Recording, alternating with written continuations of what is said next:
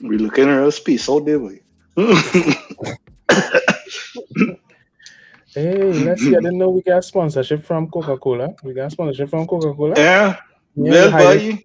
Yeah, I see you drinking now. I ain't seen all that Yeah. Coca-Cola money. Well, boy. There's a special Coca-Cola, you know. Oh, There's some really? special ingredients in it. This is the original Coca-Cola. So you don't know what it have in that. You know, so I say in high quantities. You could only get it in Micronesia. You know, so, I'm saying? Nah, cacao in the Coca-Cola. So as usual, good evening, villagers. Well, they missed we all. We missed last week. Last week we missed? Yeah. Take a little break. Yeah, we take a little rest now. We give all our rest. Well, as we would have indicated, we have been taking some time to rethink the strategy of the show and going through the rigmarole, as they would say, trying to get all the different guests lined up and trying to keep that quality up for you guys, right? So I know you guys had to bear extra week without us. I know it was hard, but here we are, right? I know we're missing Torian face most of all, you know, because they don't get enough of it during the show. So that's the cliffhanger really with the show now, when you get to see Torian face now, you know. And today you're going to get to see the whole show because today we don't have any guests lined up. We say we'll just rock back and discuss something that all of us would have been aware of yesterday, being the anniversary of the coup. But before we get into that, let me head into the check this segment now. Yes, sir. Check this. Well, boy. Well, I see the first thing saying we free. Well, you're free now. Well, define free. Well, I was never free to begin with. I hear Ole could go and get KFC and thing, and everybody expect people to break down KFC door, and then nobody really show up. That he would on the ground. Wait, really? Yeah. No. I would say that KFC drive-through and thing, you know, getting that traction. KFC getting sales. Don't get tired. KFC getting sales. If it's one thing getting sales is KFC, what really happening is, you know, all the food places haven't been rushed per se. And that's basically because of the economy, you know, the financial strain on a lot of the citizens. So, you know, KFC selling, I don't think to get the correct information. KFC selling. But when you go to, like, you know, the mall food courts and thing, for sure, you know, those are open now, and you're not seeing that level of rush. That you might expect, because, you know, I think it has to do with, you know, the financial strain on a lot of people, and also with the fact that I think some people actually know that we're not out of the woods at all when it comes to the threat. So you're going to jump out and rush to stand up around people when you could drive through. I think so. Drive-throughs and getting a lot more. But delivery, you know, delivery and all that. But at the end of the day, you know, we ain't really open up as yet. You know, it's just food. You know, you can't really say you're going to the mall now. remember people who want to go in the mall food court and then they want to go in the mall and lime, you know, right? Which you can't do because nowhere open and things for that kind of thing. And you know, if it is that there are too many people gathering, the police are supposed to still come and kind of break up that kind of scene. So on the cross and thing, you're not supposed to be having too much people. On the cross, they can't have them mobile vendors. No, well, I heard they weren't supposed to open. They were supposed to hold back, but no, they open. The mobile vendors are open, but I don't think they would be allowing people to kind of just gather up all the cars and lime and thing as they have done all the time. You know, so I mean, we wait and see what's going on. The place are really free up as yet, but we really want that to happen right now too, because we know how that happened since the last time we lifted measures. It didn't pan out into a very responsible set of movements over the next few months, which lead us to where it is now. So yeah, as Kevin saying, there definitely a decrease in participation, and it's really to do with the economic downturn, if you want to call it that, you know, the squeeze. Yeah. But the only thing with that though is that, I mean, we say it on the one hand, you know, places open back and, you know, we happy, but we still cautious because we don't want the numbers to go back up. By notice on the Guardian, they're saying vaccine hesitancy increasing and the private sector concerned with what's going on there. So, I mean, but I thought we moved past that. And but let me ask. I think vaccine hesitancy was always there and it's not going to go away. Yeah. I think, you know, there is a lot of people who have been going out and getting their vaccine. If you look at SAPA and so on, where they have been doing drives and things, there are people accessing the vaccine. But tell me, what is the measurements that they're using to say that it increased? You know, well, it's the CUVA. The loudest people is the CUVA. Let me see. It is the CUVA Point Lisa's Chamber of Commerce. And them set up sites is them Supermarket Association, Manufacturers Association, America Chamber of Commerce. But the CUVA one in particular saying that, you know, they basically allow for walk-ins to come in. And they're saying in cases where they book like 100 people, only 50 people show up. This is the CUVA what? CUVA Point Lisa's Chamber of Commerce. Right. Okay, Chamber of Commerce. Now, right. So what you're seeing here, right, is that different bodies. So like companies saying, come out, but and men saying, okay, but only like half of the men actually coming out. Now we have to understand that this is like we're seeing in real time now when you have a category where you could place the persons who come in for the vaccines. Now, before it's just public, you know, people just call a number, try to get through, you're old, you're sickly, whatever, you know. Now, because of the fact that certain entities are having, right, the drives, chambers of commerce, ministries, okay? Now you get into real-time people of the working class, how they are reacting. Before it's like just people who really taking it, we're not sure. But now you are seeing where you have people in the chamber and it's 50% of the people come out. Same thing for teachers. Mr. Rowley was saying that how I think he said he was, I can't quote him here, but he said something along the lines that he was disappointed in the teachers. Now, a lot of teachers would have accessed the vaccines. What he might be saying is that how he didn't see all coming to get vaccinated. Well, as much the numbers he might have expected. But then that and all is a kind of flawed thing because a lot of teachers would have accessed it through the other route too. You know, right. So how we know that? We don't know that. Well, that's the thing. I know that I could tell you. I know that a lot of teachers get it through the other route. But again, how much? And then that's the next thing. What is it? So what they're really watching to say and make these decisions? Because I know when I got my vaccine, they don't know I was a teacher. If you know what I mean. So, right. So what were reliable data there's a bit of an oversight in what is really going on with all these things. And I think, you know, in time to come, it'll really come down to when we are open back up, when people themselves are now being restricted from certain things and so on, or, you know, when they need to really figure out, okay, then you know what's going to happen? School going to open and they're going to send a form to find out all who's right down your name on this list if you're vaccinated. Right? And that is when they're going to. That's how it's going to be. Because they're not really sure right now. That's how it is. That's how it is. But if they follow that form and as a teacher you say no, you're not vaccinated, what is the plan there? They're going to tell them, well, you can't teach? But that's the thing. No, they have no plan. Typical Trinidad. And there we go. Typical TMT. It's but no kind of foresight. I mean, could they say that? Could they tell a teacher, well, if you're not vaccinated, of course they could. Of course they could. Any employer, the employer, the government, or any employer, private, you could mandate, like if your staff could come to work without vaccine or whatever.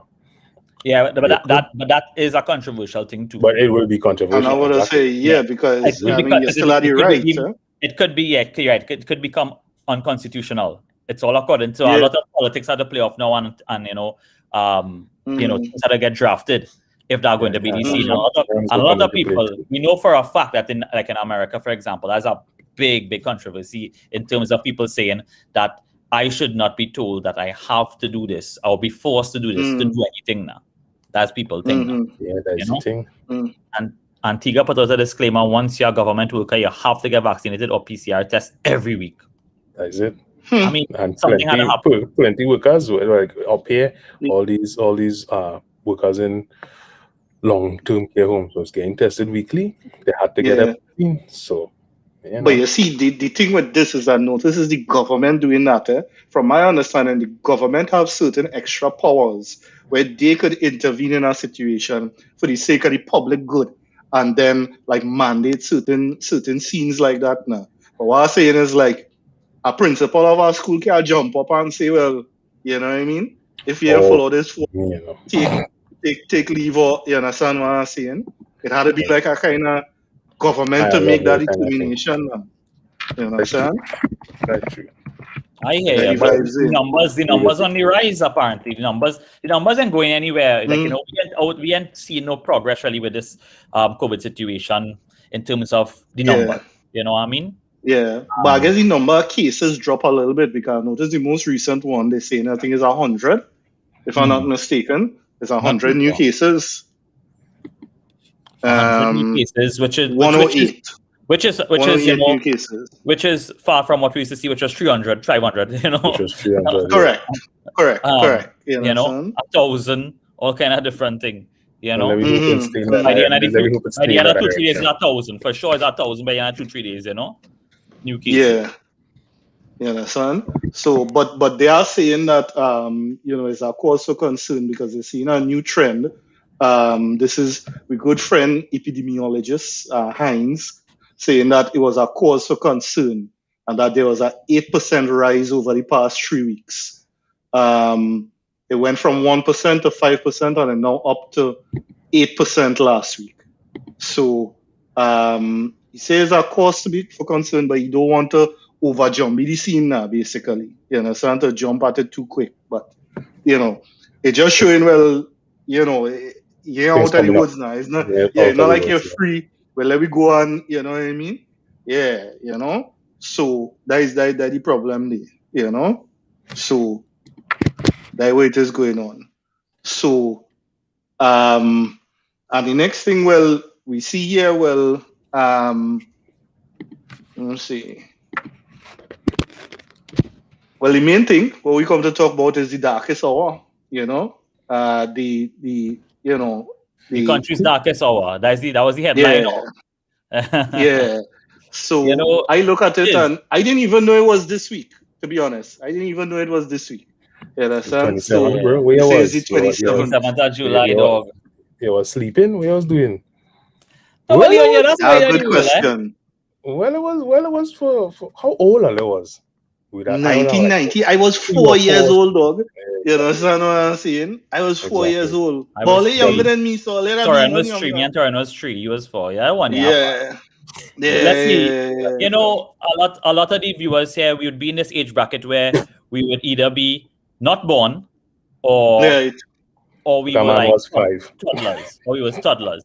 Right? So Jason was 5, I was 3, Leslie was 4. And I have a vivid memory. Right? I have a vivid memory of seeing the TV with the man who you'd see normally reading the news, Right. which would have been Dominic Calipasar at the time. But at that time, me I know he name the news man. Right. Right. And he like in the normal news, like news going on, and I seen he, but like behind he have like a soldier man. So I like well, this is different in my head now. But me, I know what's going on. But my mother didn't tell me how I used to be running around the house with my gun saying, "Nice Abu Bakr." So me, I know. So I don't remember that. I don't remember that. But that's what my mother. I remember. I thought this policeman. That policeman come. Well, I'm from Princeton. I know a policeman leave town in the middle of the action. Come and pack up the police vehicle behind the house and hide for that whole week. Yeah, going out for no nobody call it. Paramilitary action. Yeah, he again pay enough for that. He not on that. He not off that. He from Princeton too. Like tongue and them business. Like tongue and them business. Don't call me up later handle all the thing with all this. It had bus route then? It had bus route and thing? Yeah, bus route highway. It had highway and thing? Yes. If it had highway, no, I'm telling you. Let's see. When the highway bill. Let's see, there still is not a highway to point. We know this. All right. Well, correct. That was not a highway to point. They don't have it now. But we had the highway going from south to north and east to west. Yeah, let's see. Okay. All right, I'm going to call your word. When we do the traffic episode, I will call all you on that. You understand? We did not have the interchange by Gulf City. Okay, granted. But my mother was walking up in town all that time. How much bus I take to go up to town? My mother took to work. Alright, wasn't she working at the Red House? Yes, she was actually during that prime time. And even after all that, I remember with my parents. I can't remember my parents. My father, when they like block off all the streets and thing, he take we a big family out in to see everything, how it went down, how they blow the police station, how they whatever. And my mother ended up working after on a building near the police station. Your mom was on duty that day? I think so, yeah. Yeah, she was. Find out now. We might have to do a memoir. That's serious. To know if we had to find out that. We had to She was there. Because I remember if I remember she coming home early. I remember afterwards it was like all women and children. All women and children. I remember she coming home early. In TTT as well. So she get Lego. She get they Lego the women and children. That's you understand? Yeah. So we have these vivid memories being toddlers, right? And over the years we would read and hear and we know the name, we know the Jamaat, we know Abu Bakr, we know Coup happened, right? We know Lennox Phillip. AKA Lennox Phillip, but let's call the man by his rightful name, Yasin Abu Bakr, right? Right? He's not like we don't call Muhammad Ali Cassius Clay, right? Right. So we have these memory jogs, and we have this sense of this was the darkest hour. We hear about it all the time, but what people, I think, a lot of younger people may not know what, coup is short for coup d'etat, and it is, there are many different types of coups as time has passed, but the essence of the term coup d'etat means the stroke of state, all right, or the blow of state, meaning, and being, a French term, and we know how the revolution, right? You understand? So I don't even know if that is correct French. Yeah, next time, right? Yeah, but now, Les Miserables, and so on. We know at how and the Haitian Revolution and so on. That as the French Revolution was so impactful, and what you would have is that over time there would be these attempts to destabilize governments in times where there would be that unrest in society. All right, and here we had this coup d'etat, but a lot of people are still unsure as to why we had this coup d'etat. Why? And I think that there is something even more important or relevant to note when thinking about the coup, and that is not only the Jamaat and their reasoning for having the coup, but the factors which would have led to the Jamaat's rise in power to enable them to want to stage a coup. You understand? Right? Because when it comes down to the coup, I think most people would know, and if you don't know, it is because of a land issue. All right? That is the specific land issue. That is the specific issue which would have driven the Jamaat, right? But is it that they just pick up themselves one day and say, "Oh, horse, this land is we own, we squatted on it a long time, we go in and take over the Red House for this"? No, it wasn't just jump out just so. All right? Now, what we have to understand is the climate of the time, right? And the climate of the time was that we're looking at the NAR leadership, the NAR governance from I believe in 1986. Yes, 86, right? So the NAR came into power in 1986 after about 30 years or so of the PNM's rule. Okay? So it was the first time another party went into office, right? Since independence, right? Since the PNM stronghold of independence going forward, Williams, Chambers, all these things. Now, we had the oil boom in the 70s, right?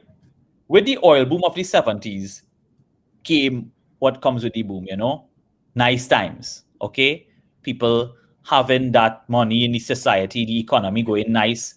What you have in the 80s now is not nice times because of the drop in the oil price and our inability to produce as much as would be needed competitively and all of that. All right? That sounds like a familiar story, though, Carter. Exactly. Go ahead. And you see. So after all the disgruntlement and so on, here comes A.N.R. Robinson, Basio Pandey, and all these other leaders coming together to call One Love. All right? And that was the slogan, One Love. So you don't know men bumping the Bob Marley and thing. Right. Like bumping from the big truck and people waving their flag, nar, right? And that would have been, the party to show that, okay, we're looking to include all races because we all know how that story goes with, the regional tribal voting. All right? And you have people coming together like Basio Pandey and A.N.R. Robinson. They win. Landslide victory. I think they win like 2 seats or something. You understand? Wow. 2 seats. Or something like something small. Then good. 2 seats. Landslide victory. So the people wasn't having it. Things was hard. Things was hard. Time to change. Now, the thing about it is that people voting for change, but they don't really understand what needs to take place sometime for change. All right? And, you have your manifesto and your promises, right? But what really happened under the NAR was that they take away cola. Okay? They cut salary. Okay? And they add VAT.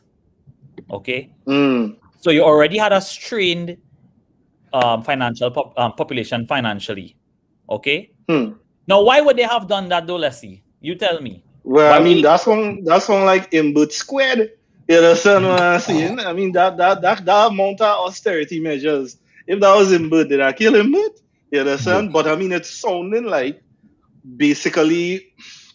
What does he think? If it would do it, would they really kill him? But no, they'll just want to say, ding, ding, ding, ding. He could do it, and he might do it.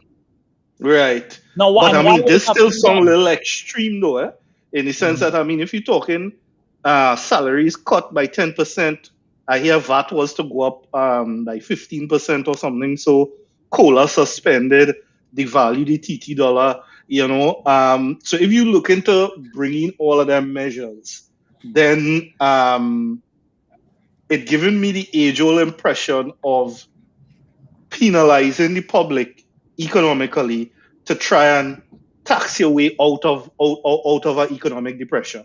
You understand? Which is like the easiest thing to do. You understand? The more difficult things is to find innovative ways to stimulate the economy and that kind of thing. But from my understanding at that time, because if you remember from the Petrotrin episode, remember Petrotrin was formed in 1993, which is 3 years after the coup. So if you think about that, that puts context to how that depression would have basically brought everything into context. And you basically had, from my understanding, a series of trade unions starting to aggravate, you know what I mean, and basically want to get things going. Until on February 1990, you had 16 trade unions and their members formed what they call the Summit of People's Organization. And this is SOPO. February 1990. SOPO. You understand what I'm saying? And the Jamaat was one of that. You understand what I'm saying? So, to me, it's like, it's an expression of the frustration of the people, but the Jamaat kind of ride the wave then now. They ride, definitely. That is exactly what they do. But exactly they ride the wave. What I've said when we discussed is a pressure does bust pipe, right? Correct. And Correct. But somebody just waiting to hit it. You understand? Mm-hmm. Pressure does bust pipe, but sometimes our managers come and hit it, and that's what them do. Yeah. Understand? Because it was not that all the people came together and insurrect and all of this. It's them watch us. Now we come into them just now, but let me talk. I talk here now, man. Let's see, and Torian, right? The NAR government came in, landslide victory, and then they were hated. Why were they hated? For austerity measures per se? What do you think? Just because austerity measures, what do you hear about A.N.R. Robinson? When people talk about A.N.R. Robinson, what is he think? Is he looked at as, we look at Nur Hassan Ali, as we look at Eric Williams? What is he A.N.R. Robinson? What do you from my understanding? What is your understanding? I think people see he as a strain leader. A man who grew up in strain and know how to impart strain. He's not a creative person. He's a person who know how, when strain come, he go hold strain with people and then just impose that strain. Now, my understanding at that time, I think Winston Dukaran was the finance minister. So whether it is he was listening to Winston Dukaran or not, but at that time, it was the theory of the trickle-down economics, you understand? And every time that became a brand of the NAR government, this trickle-down economics, which in theory works, but in a small island developing state, it creates chaos, you understand? So what happens is... Bude, the Rajiv. Yeah. So you see, what it is you find is a situation where, impose a government were a result of IMF monitored program. So you see, did the IMF actually intervene? What happened is the IMF got involved. I don't know if they call it intervention, but what happened is, in order to handle the gross economic situation problems, the problems that he met. You see, he come into office, and we know how it is for a leader to come into office, and all they can do is talk about the previous leadership. Right? But we have a leader coming here after 30 years of a certain leadership and a certain brand and a certain heights. Okay? Right.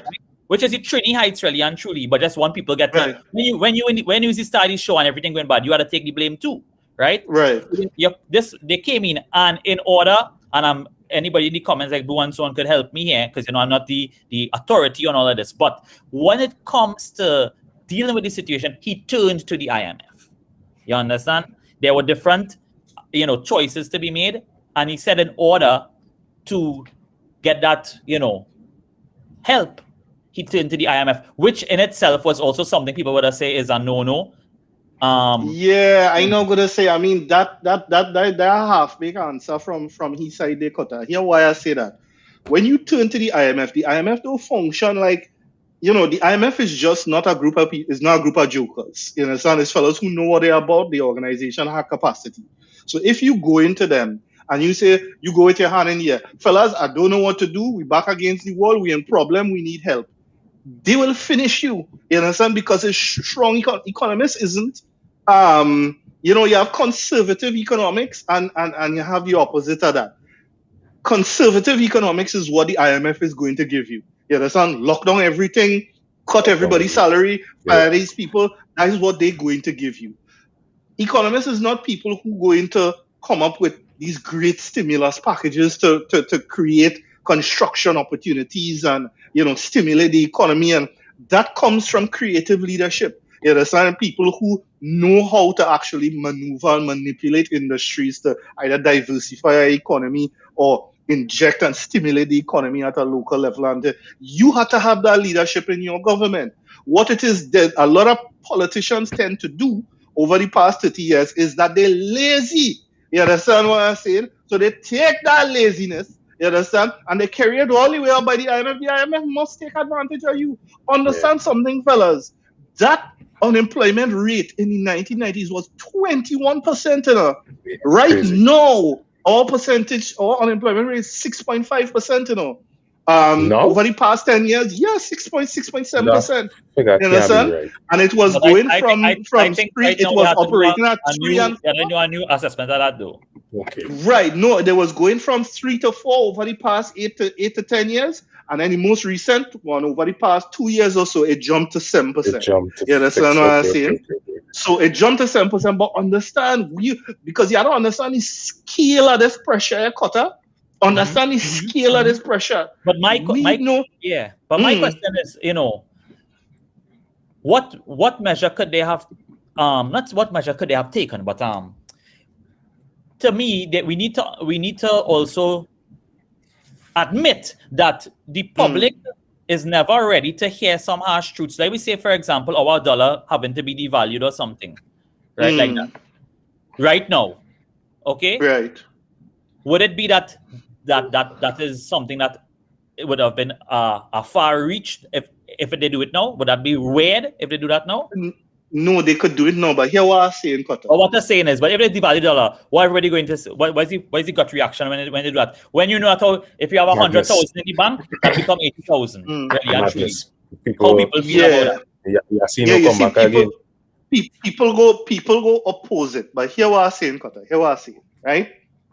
What Trinbagonian people at the end of the day is very educated, smart people. You understand? And after 30 years, I mean, everybody. People, per capita, what are we talking about here? I say an aggregate. You understand? Okay. If you bring something on the news, you will get certain responses and reactions. People ain't dotish. You understand? I think so in other words, you can't come with. You can't keep lying to people now, boy. You understand? And you see, when people using things like we had to devalue the dollar, we had to bring VAT, or we had to take a cola and that kind of thing, you're lying to people. You don't need to do that. You understand? What you need is to be an innovative leader, and either through networking, connecting with other countries who are in a similar position, or forging partnerships with larger international development banks and whatnot, to stimulate the economy. But those things take work, fellas, understand. Yeah. But you see, you have to have that leadership in your cabinet. You understand? Say something here. They say this thing. You just get the government you deserve. You ever hear that? Yeah, I hear you. But hear what I'm saying here.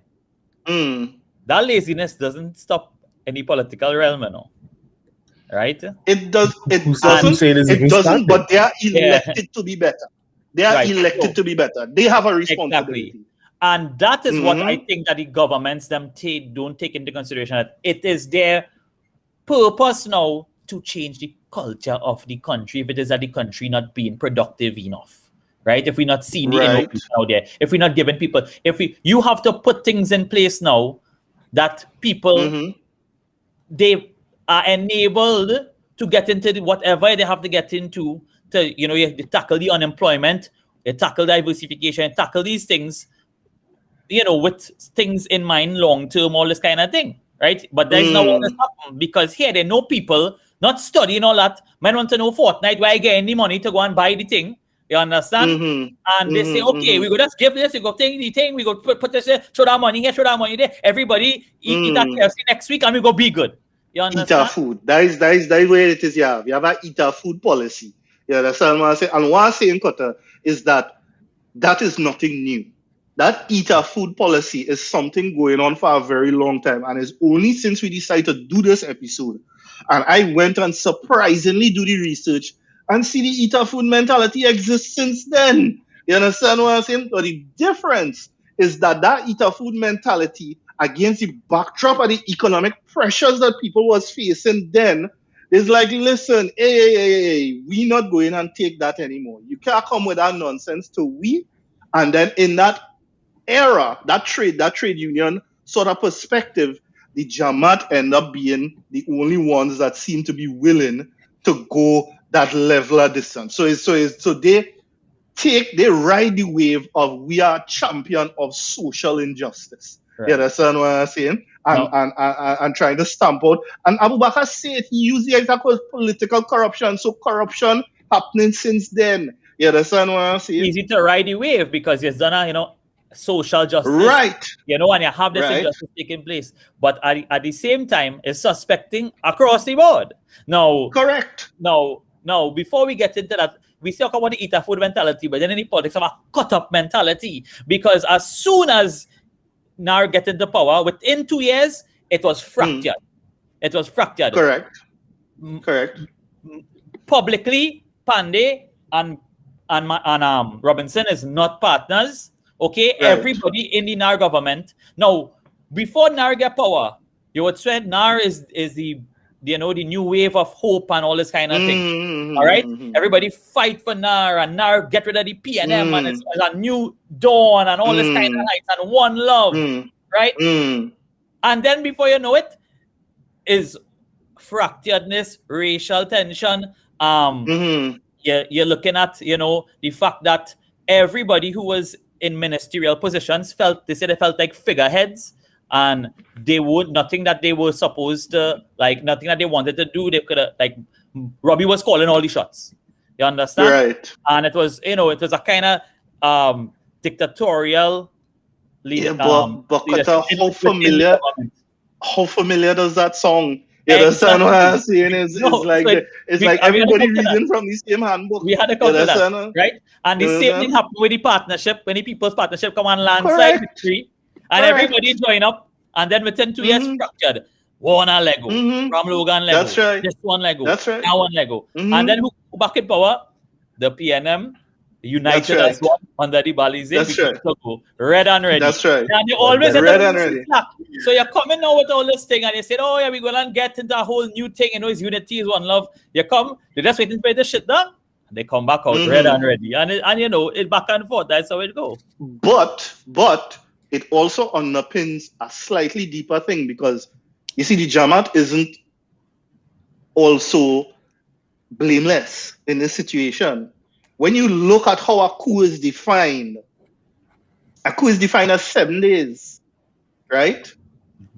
The Jamaat hold power for 6 days.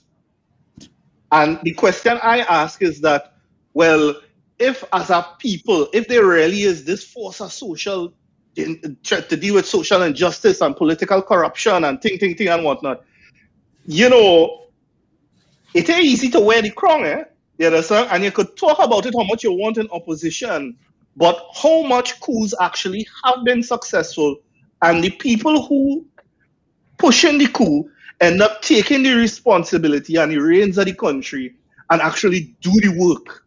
You understand? To bring things to the better future that what you're talking about. That's not what happened. Abu Bakr them, like everything else in Trinidad. They didn't plan.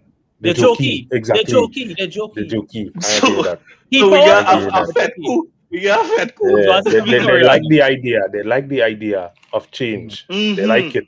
But when it comes to real proper execution and all the corruption he talking about, he is not the most clean slate man, Exactly. He's made claim that when he was cleaning up the drug trade and all them kind of thing. How you as an imam could clean up the drug trade? How you doing that? Yeah. Right. Come on, man. Come on. Yeah, one vice. He was he like himself. I used to run the streets. I used to run I was in charge. Everything was good when I was in charge. So you in charge of the underworld again. Right. Exactly. I remember that whole thing. As you talk about corruption and thing. So remember, I got come back to what I say about the land. It was that 8 acres. The claim is that he claimed is that there was some. I can't remember. It was somebody had donated these 8 acres to a previous Muslim organization in like 1986. That's a, And yeah, then look, it was a swamp plan. Nobody supposed to was be doing much. like a Muslim center, Right. IMC or whatever. Something. Right. Yeah. So then he come and clean it up. The Jamaat clean it up, drain the swamp, develop the little mosque, develop a little supermarket, develop whatever. And because the Bacchanal come because of state land, it wasn't no gift, and and they start fighting each other and bickering. And according to Abu, he say the elites realize the value of the real estate now, and they start fighting for it, and it went to court and all them kind of Bacchanal. Is a glorified spotter scene. Yeah, a glorified spotter scene. So to himself, he had his own reasons. Agenda. He had the agenda. He had his own reasons for doing it. Now, let me get into this thing about the socio-political climate and the Jamaat and how the Jamaat, because let me tell all you, yes, they're jokey, but this thing was no joking matter. We know this. It transformed the country, and we still have not yet, we will never, I don't think in any near future, we will ever recover from what the coup did to Trinidad, right? Yeah. Now, well, 24 people there. Yes, so. Yes, and compared to other things, people will say that it's small thing. It's no small thing, because had they not been with that mentality of okay, Lego, some people Lego, if they come, if they wanted to kill more, they could have killed. Full militant. Yeah. And remember, not all of them died just because of them, but because of what happened outside. Is led to many deaths and so on. Now, what I want to talk about is I just want to read from the Commission of Inquiry, which was conducted around 2010, 2011, 12, around there. Well, it carried on for a few years. And you have Miss Verna St. Rose Greaves, right? And I'm going to read from what she said in the Commission of Inquiry. It's a 1,590 page document. So I skimmed to find certain things. And she gave evidence on 9th of May 2012, right? She was at that date when she was asked these questions and to give this feedback, a senator and a minister of gender, youth and child development in the government in 2012. But in 1990, she was an advisor at the Social Welfare Department in Port of Spain. Her witness statement, right, goes like this. With reference to social conditions of 1990, she said, the poverty, the feelings of exclusion, disenchanted youth, unemployment, underemployment, racism, the state was put under attack. Lives were lost, property destroyed, people hurt, the national psyche was fractured. There was a lot of anger, too much anger. The social and economic conditions in Trinidad and Tobago around that time merit significantly more attention than it has been given. As a social welfare officer in Port of Spain, I interacted with a number of parents, especially mothers, who were struggling to take care of their children. Some children, especially boys, had stopped attending or would miss school intermittently. In some cases, the schools were not even aware that the children had not been present sometimes for an entire term. Parents would tell me that the child was going to the mosque at Mokorapo to the Jamaat and would express their concern. On different days, at different times, especially on a Friday, I would drive to Mokorapo Road, where I would park my car and spend time observing what was taking place. Something different was happening, and no one was paying attention. What was bringing them to this place? They were going there with a sense of purpose that was visible in their stride and demeanor. They had a reason for going. They said things that stayed with me. This was a place that they were accepted and felt welcomed. They were excited by the religion, its practices, doctrine, and rituals, and looked forward to participating. Many spoke of first going to the Muslim community for help, receiving help, and staying. For some, they were given the opportunity to develop themselves economically as small entrepreneurs and give back to the less fortunate. It gave them a way of life, a vision, and a hope for a better life, an opportunity to participate. And it goes on to describe all that was done by the Jamaat for people when they could not turn to the Ministry of Social Development or whoever it was at the time to be given any kind of help in a time of gross financial strain.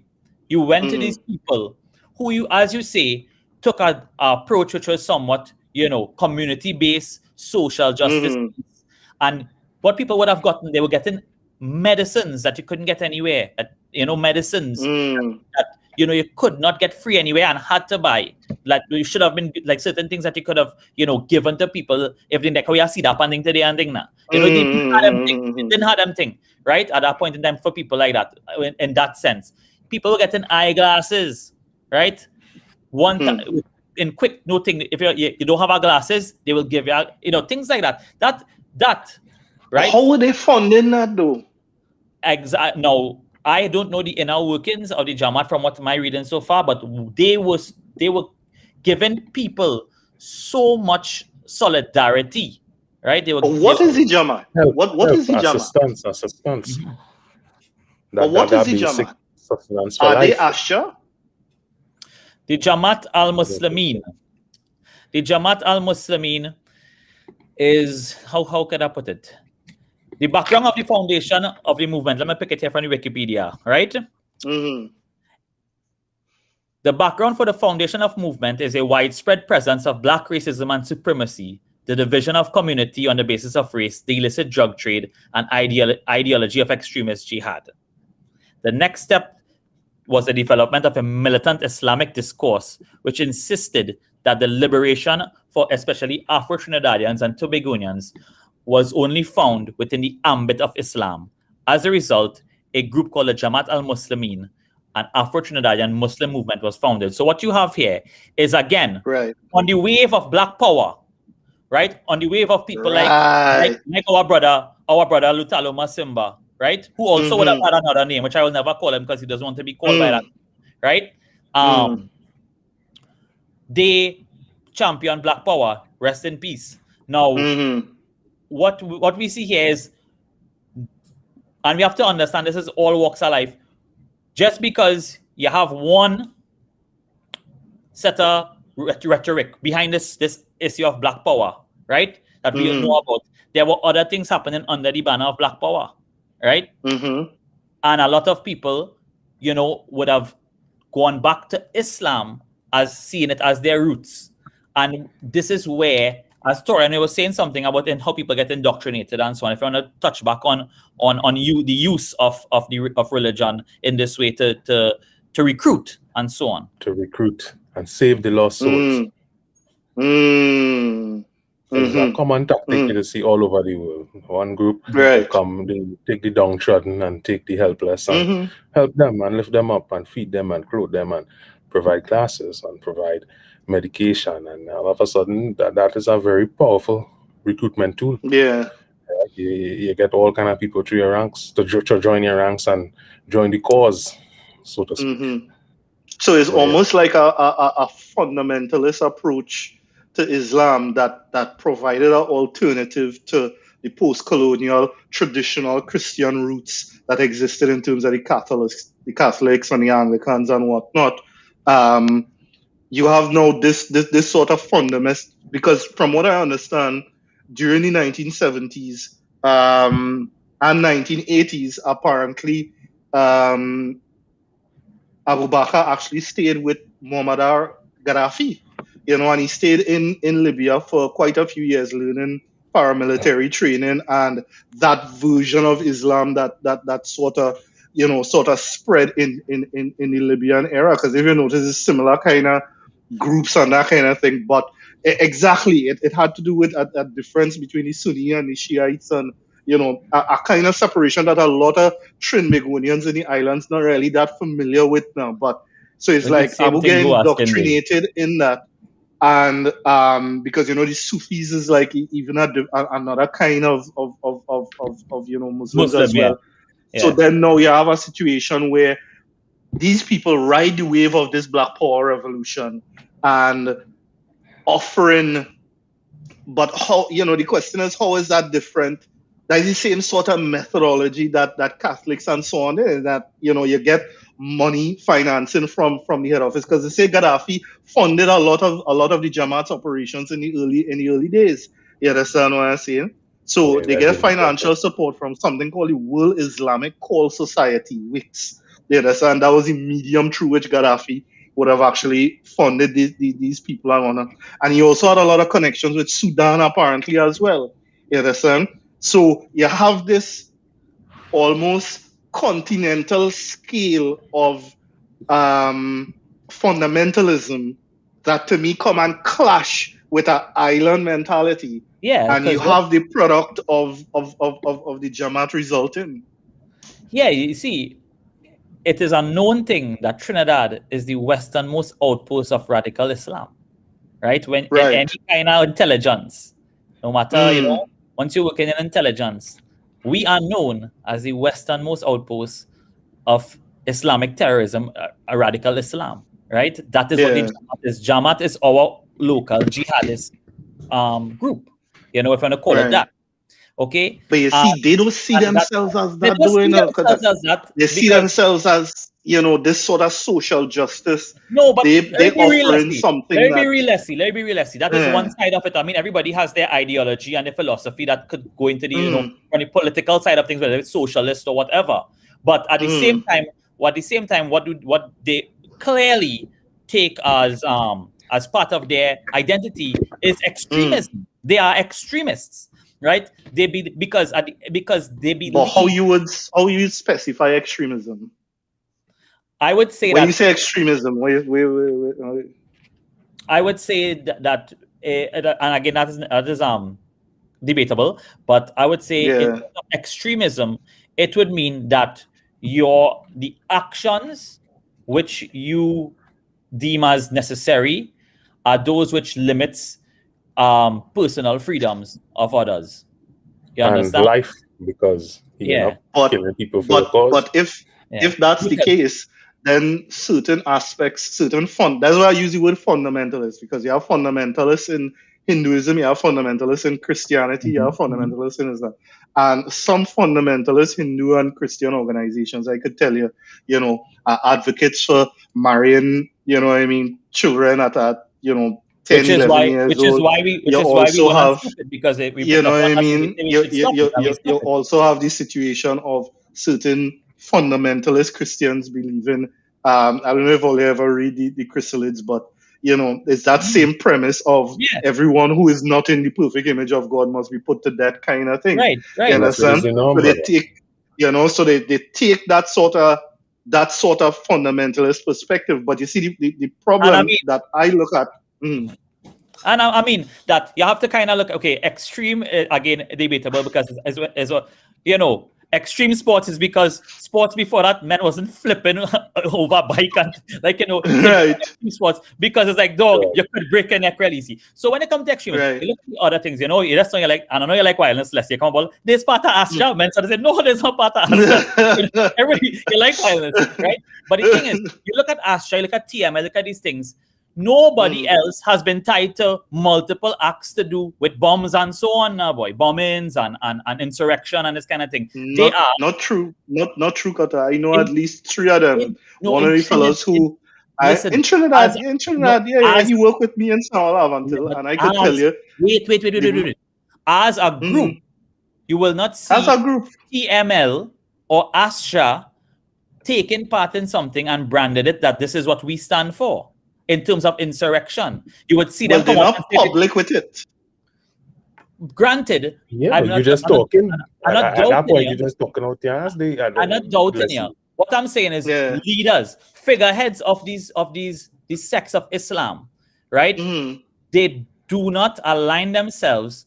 No, I'm not saying that it don't have them. It would have other Abu Bakrs, and it would have people who are not a Jamaat al-Muslimin, but there's Jamaat al-Mubarakeen and all this kind of different other thing. It happens because I see them already, and I've been privy to what they do. There's pick up youths and this kind of thing, and it's not Jamaat al-Muslimin, it's our next Jamaat and all kind of thing. And it would have people who's not even Jamaat, and they like to think about things in a militant way.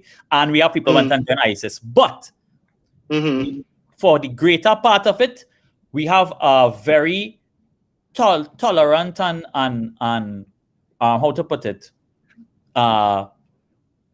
we have a Muslim community in Trinidad that does not resort to a certain level of extremism, as that makes up the majority of them in their rhetoric. Correct.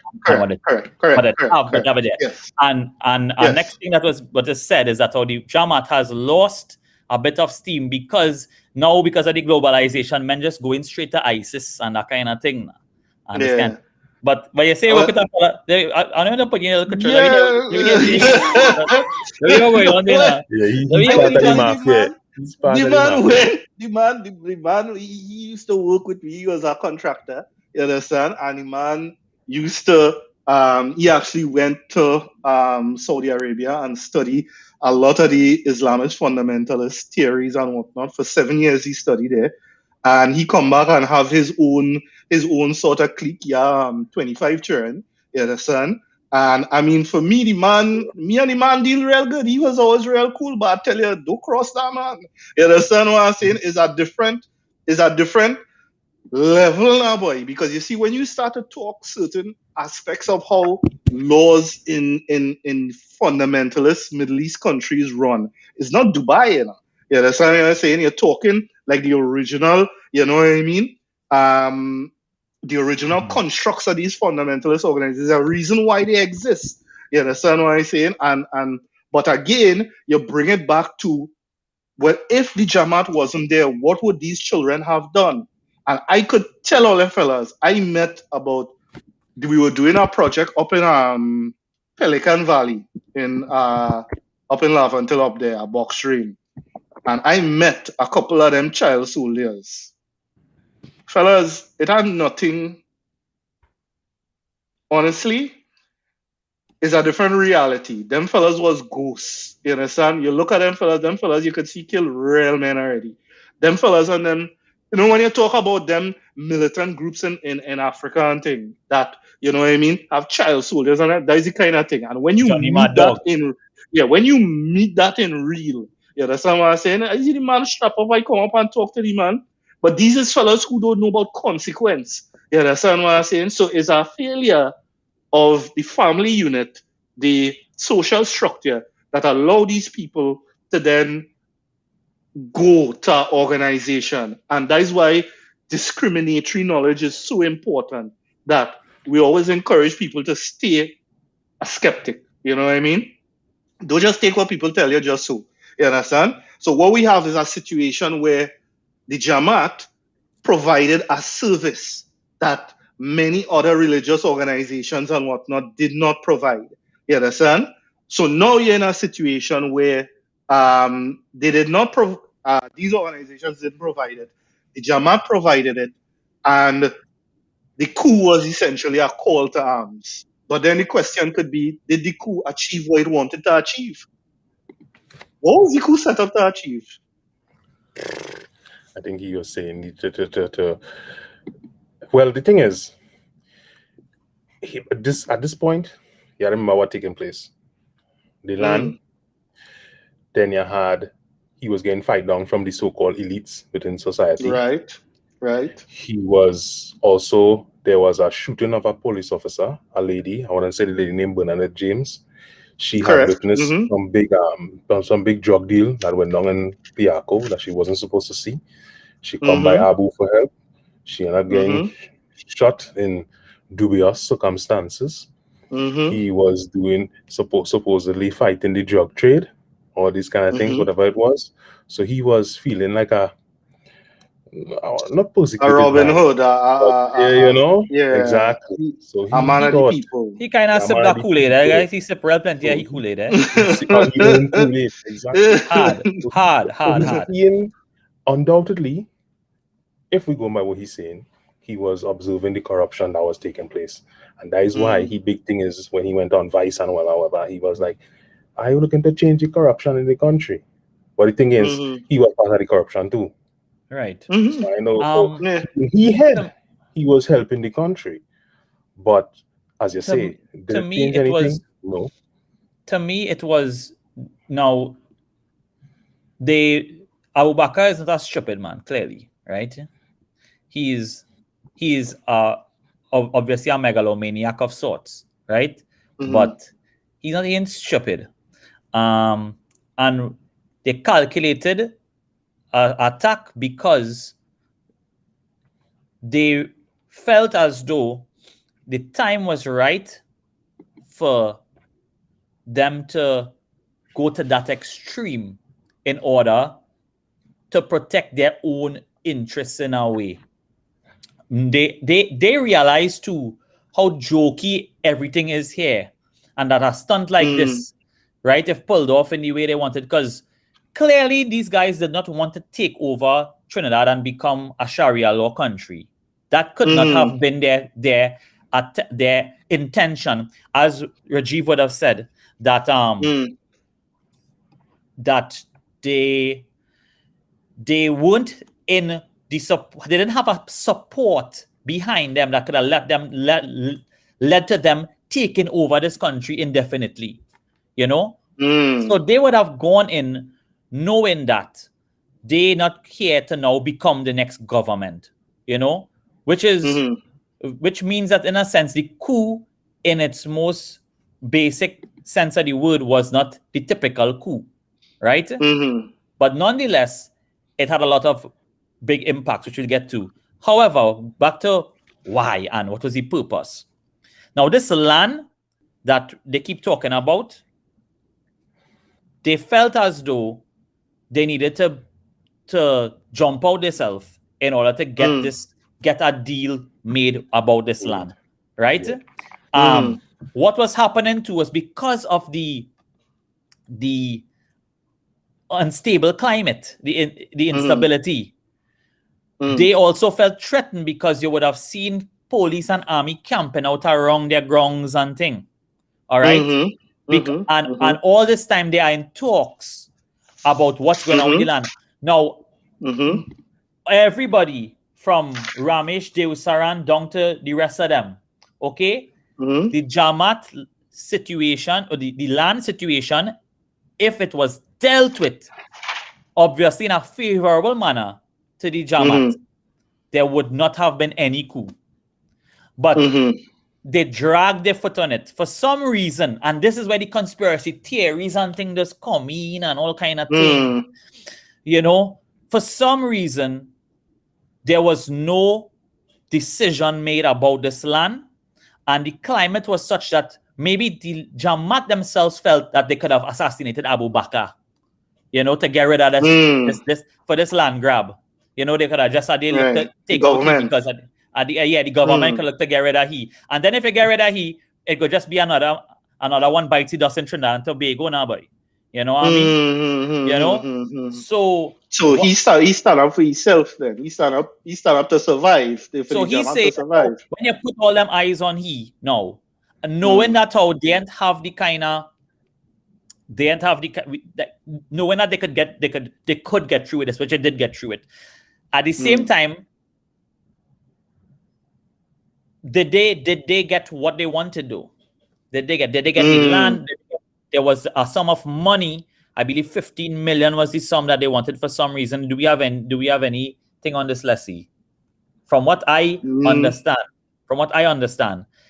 the money that they wanted, they did receive 2 million. Okay? But it was all in the courts, and there was this amnesty. Now they also planned out the whole amnesty situation. How did they not say that they will give they ceasefire in order for them to be not treated in the way of a typical criminal? That's my understanding of it. Yeah. But then you also had the situation of John Humphrey advising them in that time and saying, well, make sure and get it in writing, and they didn't get it in writing. Or they did get it in writing, and the military or the police or whatever rip up the agreements, the pardons, the presidential pardons, because that was part of the negotiated position that 6:10 in the I see in here 6:10 a.m. in the morning. I don't know how true that is. 42 insurgents go on in the Red House. They take Robinson and most of the cabinet hostage, and 72 of them went to TTT and the NBS radio. And by 6 p.m. is when Abu would have come on the famous interview in TTT and say, well, the government is overthrown, right? And we negotiating with the army. And he called for calm and no looting, after which it had mass looting, right?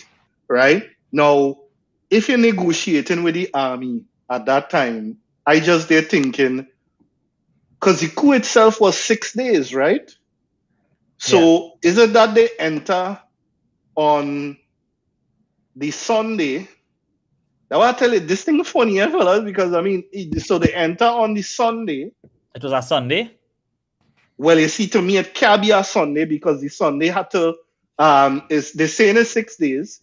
So that's 6 p.m. that they had the interview, right? Mm-hmm. That was after the 6 days had passed. So the negotiations are complete. And then they say, well, okay, army, give all our presidential pardons and whatnot, and then we will move on. But the problem with that is that after that was agreed, Abu and a series of the insurgents was imprisoned for 2 years.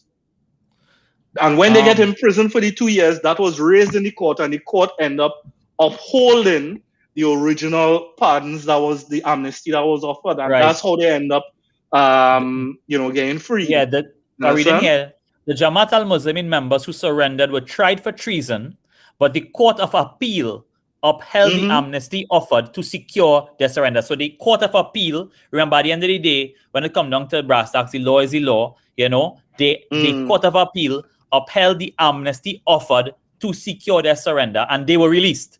The Judicial Committee of the Privy Council later invalidated the amnesty, but they were not rearrested.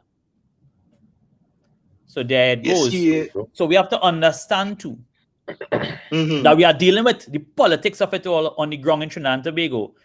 When it comes down to how certain things happen in Trinidad, we know for a fact that no matter how many, it was on a Friday, let's see. I know that it was a Friday night. It's Friday night. I know it was a Friday, but then you see, if it happened on the Friday and he do the public speech, they say it takes 6 days. So is it then that it went, the public speech was the same night from the Friday? Night. Yeah. The same night everything take place. He went in and make it first. The same, everything happened in real time. It was like, live. You understand? So then he hold them hostage for 6 days then. And then they only get released on the Thursday, the week after, or the Wednesday after. Yes, Dan. And this is why people like Raoul I thought they burned down the red also. And this is why Raoul Pantin them said that how they had PTSD and thing, and they were given no kind of help from the government to say they get any kind of counseling or anything. These men went through total madness, 6 days being held in as a hostage. So, but clearly somebody had known about it because neither Pandey or Manning was there. Well, Pandey tell Omar that's how when it finished, wake me. He said when it finished, wake me. In his defense, he said he thought she was joking and he had now finished some kind of surgery on something, me I know it was, and he was in bed. And she said, "Boss, they're gonna overthrow it. They the Jamaat and them take over the country." When it done, wake me. That is what the man tells. But then here why a little more mafia come in there now. So then, from what I understand, on that first day, Robinson was beaten and get shot in the lower right leg, and he was the man kind of holding the fort against the Jamaat. But then certain ones, Abu Bakr generals, decided them started teeter a little bit, and they say, "Well, Robbie, talk to your people, we go surrender. Talk to your people and call them off." And they bring a microphone for him, and that is when the famous Robinson say, "Attack with full force." Attack with full force. Attack with full force, because he was supposed to call them down. So then that is where it had the whole bacchanal a little later on as well, to where Abu Bakr get accused of, I think it was murdering some of the people who was dissenting within his own organization. You understand what I'm saying? And he actually get taken to court for that. You understand? Because remember, they tie he to their murders, and then the Jamaat also get tied to the Vindranaipal Kuman kidnapping and murder, and the Dana Sita Hall. You understand what I'm saying? Which is different episodes that we had to unpack another But I time, mean, there's not extremists, so it's just normal, you know what I mean? They don't identify as extremists. So I mean, I guess all of those things is just social justice. But that goes to show the kind of impunity that these fellas could operate with now, boy. You understand what I'm saying? So what you're looking at here, right, is everybody watching this whole situation, and see many people is say how these men never make a proper jail and thing. You understand? Correct. Because after the coup, well, let me get this. After the coup, what they say is that the Jamaat aligned themselves with the UNC. You understand what I'm saying? And then Jamaat end up functioning as the enforcers for the UNC. And that is how the URP, I could tell you, I work with many of them URP fellows on them. I could tell you that is a fact. They just give the Jamaat, the construction is how the money does wash. You understand what I'm saying? So you hire them and they get to eat our food. So it's like how the government supporting them and whatnot. And then the same thing happened when the PNM come in power after.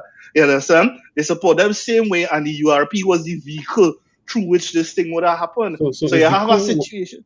Was the coup the spark that let was everybody the ticket? It was the brokering card. Yeah, to give he that kind of power, and then he now use that card with these different. He's saying, "Well, I don't need to be in power because that's what it is." No, well, you're saying it is a brokering card for he, right? But Torian say everybody eat our food too. Torian, elaborate on that. Elaborate on that. Say, is it that coup was just not a pretense, but like was just to make it look good?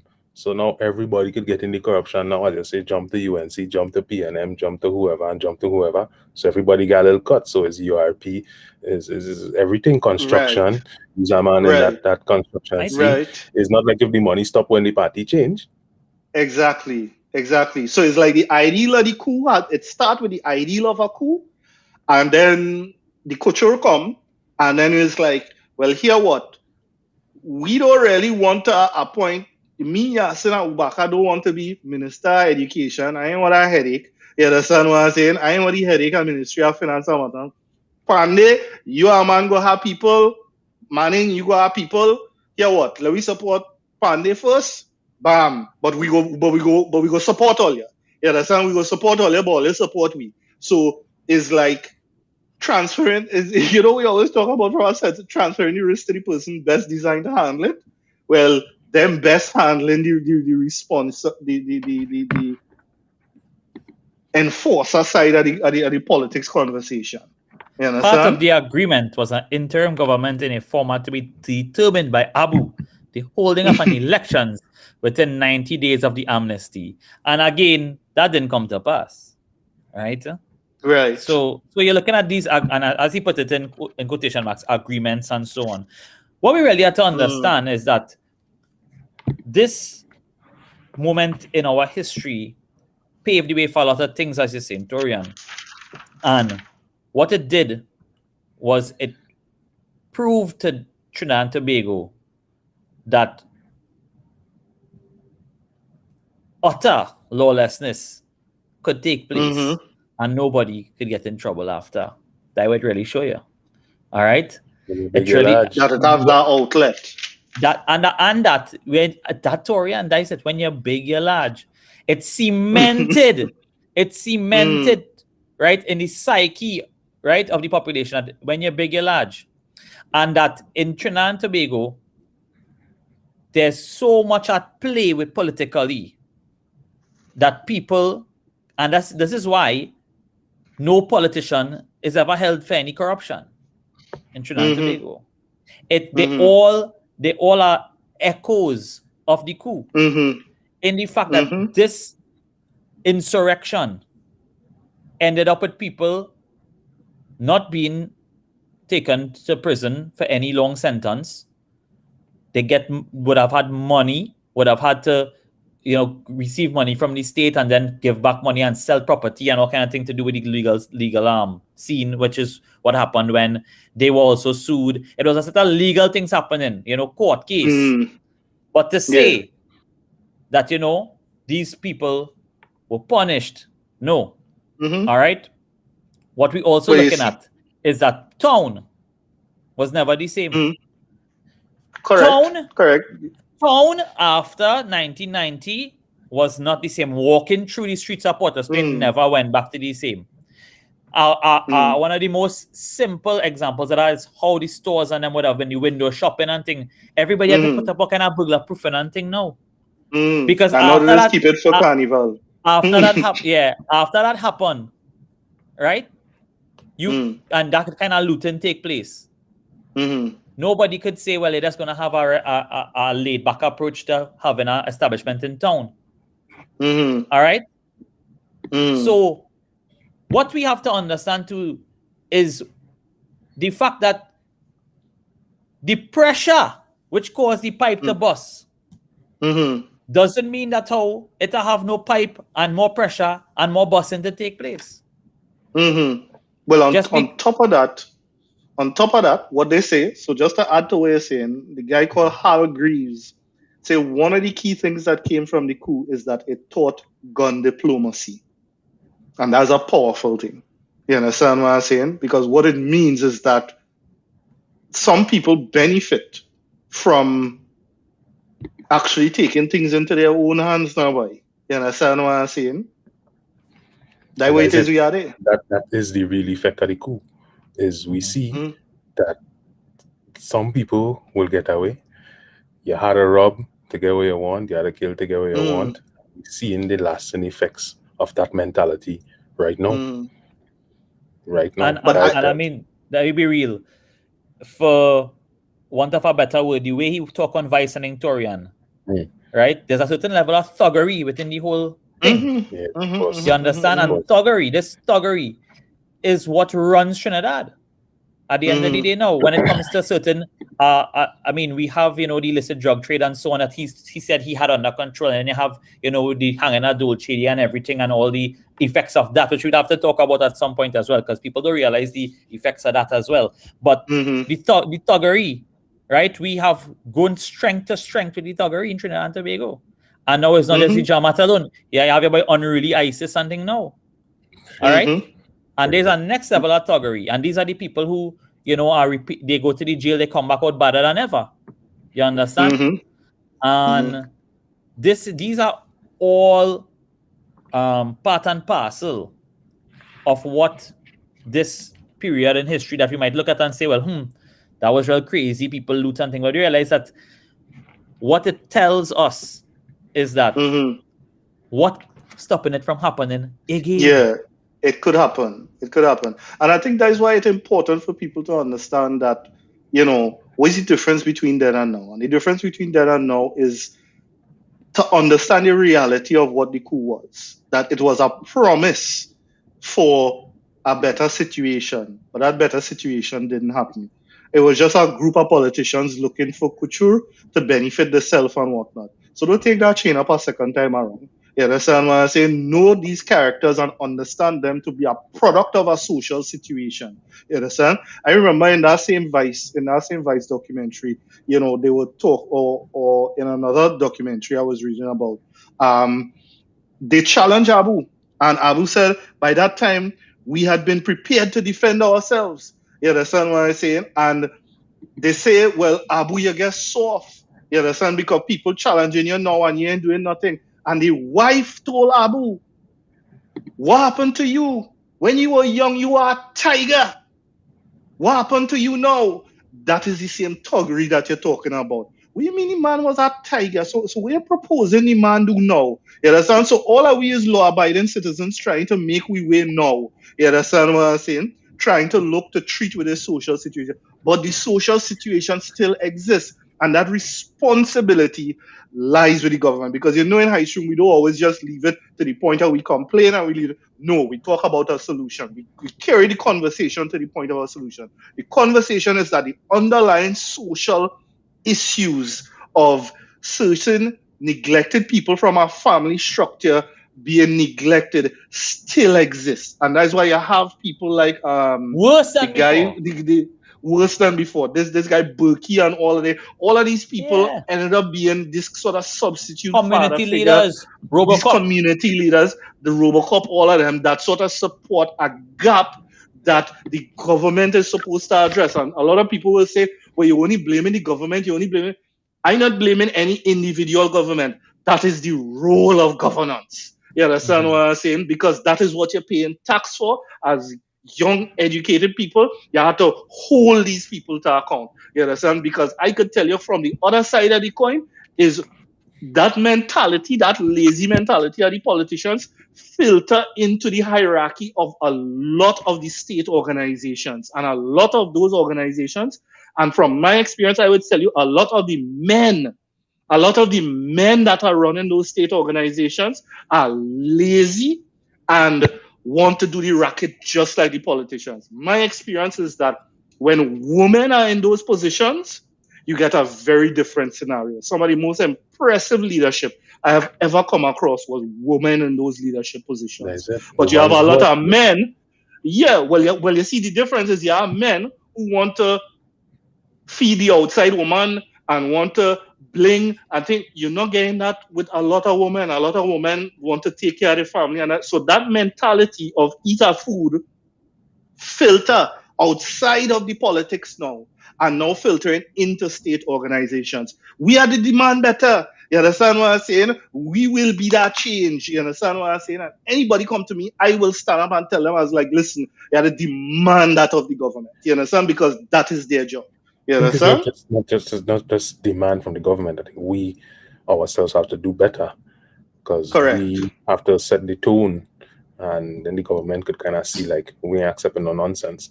But if the government see the people still trying to eat our food and ramaging and drinking and whatever, and they care, them have no impetus to change. That's right. Racket and continue the racket and everything happy.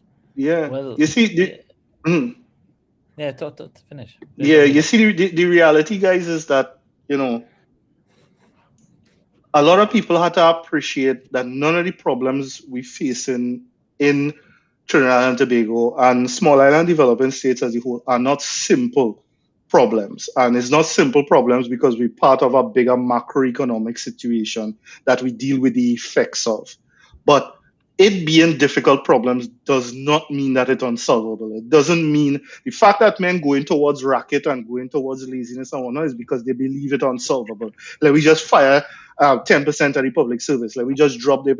All of them is scapegoat strategies. You understand? I still have full advocate for, you know what I mean, getting rid of petrol, a lazy strategy. You don't want to deal with the problem. You understand?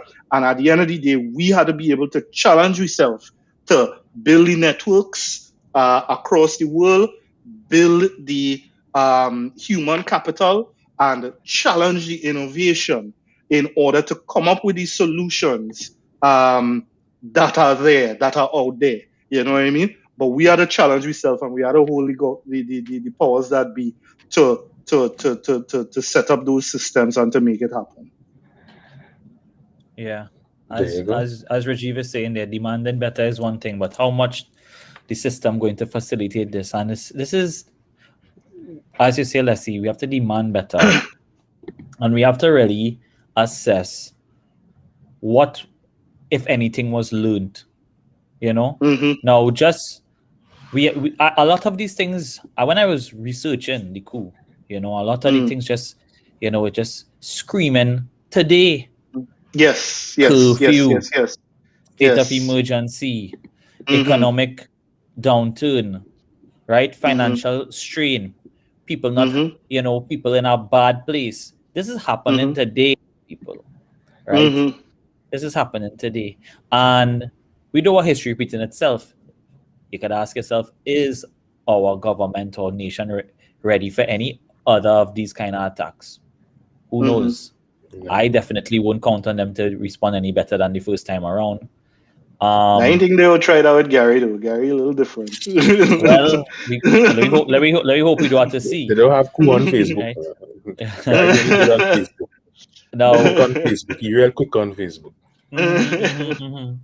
Now, you know, if anything at all, you know, we have to really wonder what can be learned and what is learned, and what do we really want to see change in Trinidad. And we always talk about demanding better and so on, but when you look around, you see that, you know, Abu Bakr is still around, radical Islam is still around, we have other factions of it around.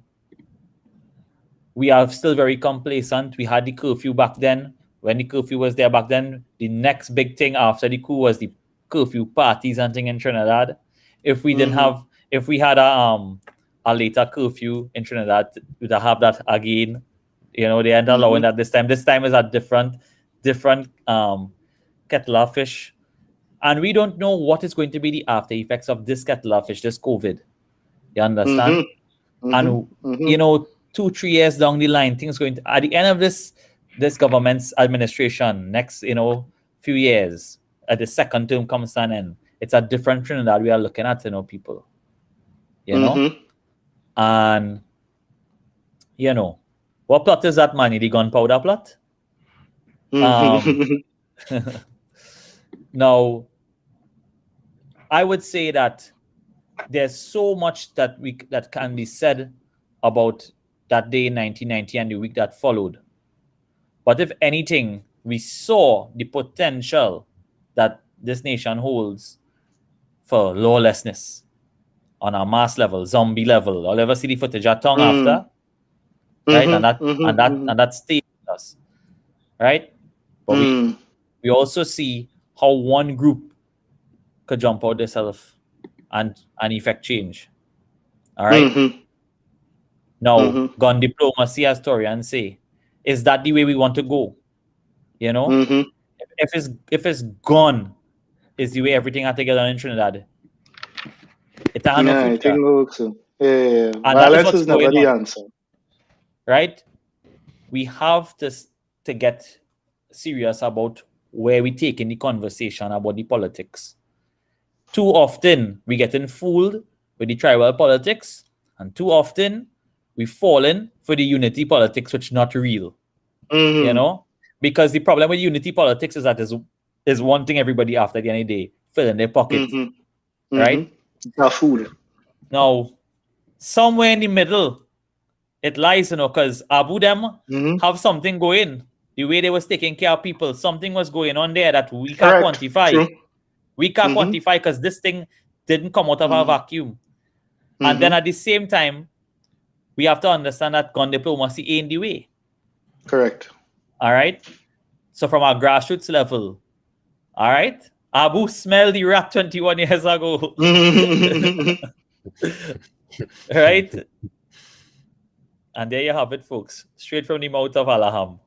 Right? The man talking about we have man asking about the dustbin bomber, and it's true. I don't think the helicopter come and blow away all the evidence.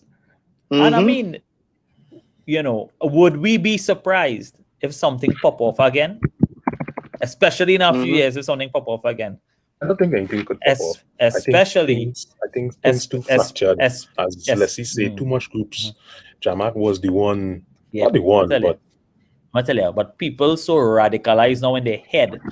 They need to meet up again, You understand? So I think so. I think so. Yeah. I think is before Kotea close out, I think we ought to be mindful of how civil unrest works, and that that's why we talk about discriminatory knowledge, that you're not just taking and doing something because somebody says so, and that I think, as a society, we learn from the coup. And the thing that we learn from the coup is that in most cases, everybody in it for themselves. But we also learn that the trade unions is a very powerful entity. And that at that time, we had 16 trade unions coming together. The Jamaat is the one who decided to take things to the other level. But you also have the Martin Luther King civil rights movements, the Malcolm X, and then who always talk about peaceful protests and the importance of peaceful protests and the strength of the people. You understand? Remember, we talked about that in the last episode with climate change, about how Greta talked about that. She said, listen, the power is with people. You know what I mean? So if you have to, agitate, you have to understand the power of these trade union movements and whatnot, and that what it represents is power coming to the people. But it doesn't mean that you take things in your own hand for a selfish reason, the way the coup would have happened, but that you come with a more reasoned but sensible approach towards good governance, you know what I mean, and moving into the 21st century. We as a nation have that power and ability, You know what I mean? To take that reasoned approach. All right, 31 years later, a lifetime for some. Majority of a lifetime. Let's see what really has changed. You understand? So we wait and see. You know, I am calling it, but at the same time, would we be surprised? So with that being said, I want to thank everybody for coming out tonight. Here we little talk here on the Coup. Thanks for all the input. I see Manny here talking about the dustbin bomber. Maybe we could probably find him and bring him on the show, because I'm sure he could give you some good insight into that, especially seeing that we never found him. Did Abu achieve his objective? I think that is something nobody really sure about. So, but definitely, we had a lot that was learned from 1990. Right? He's alive still. Well, Ramu, you might know better than we. I also want to thank Ramu for being the champion of YouTube, because today when I was doing my research, it was Ramu's videos on YouTube, right? That provided that TTT knowledge. So if anybody here doesn't follow Ramu on YouTube, just look for Chiron. I think it's MMM, Chiron, MMM. Chiron, put the thing there for them to see. All right. The most lit TTT page, old school TTT page on the internet, right after Elias. Right? Elias coming second. All right. So that being said, people, everybody have a good night. We're looking to come next week with your boy Chris Parag. Okay? Straight out of the Oxford, straight from the Oxford, right? We're coming with the mathematics behind COVID, because Chris is a mathematical modeler, and you see all those pretty graphs that Mr. Avery Hines be putting up on the screen is due to people like Chris doing their work that the epidemiologists are able to bring that stats to us. So we're going to talk to him about how do we really model an epidemic. There is the page there. Chiron. Chiron.